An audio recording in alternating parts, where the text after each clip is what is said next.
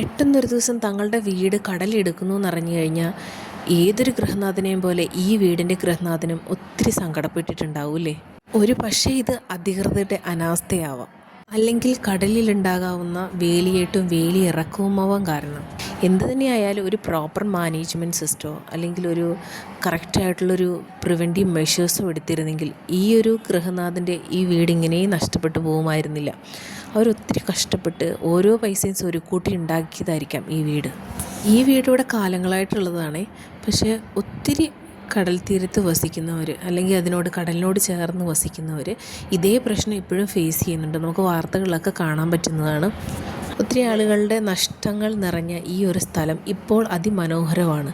കാരണം തെങ്ങിൻ തോപ്പുകൾ മാത്രമാണുള്ളത്. കടൽ ഇരമ്പിക്കൊണ്ടേയിരിക്കുന്നു. അതിൽ നിന്ന് വരുന്ന തിരമാലകളുടെ ശബ്ദം മാത്രമാണ് നമുക്ക് ഈ ഏരിയയിൽ കേൾക്കാൻ വേണ്ടി പറ്റുള്ളൂ.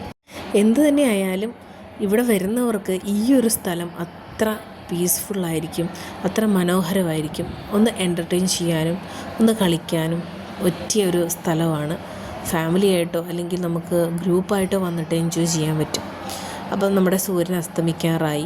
ഇനി അടുത്തൊരു വീഡിയോ ആയിട്ട് അടുത്ത ദിവസം കാണാം. അപ്പം നിങ്ങൾ ഇതുപോലെയുള്ള സ്ഥലങ്ങൾ ആസ്വദിക്കുക. ഒന്ന് സബ്സ്ക്രൈബ് ചെയ്തേക്കണേ. Thank you.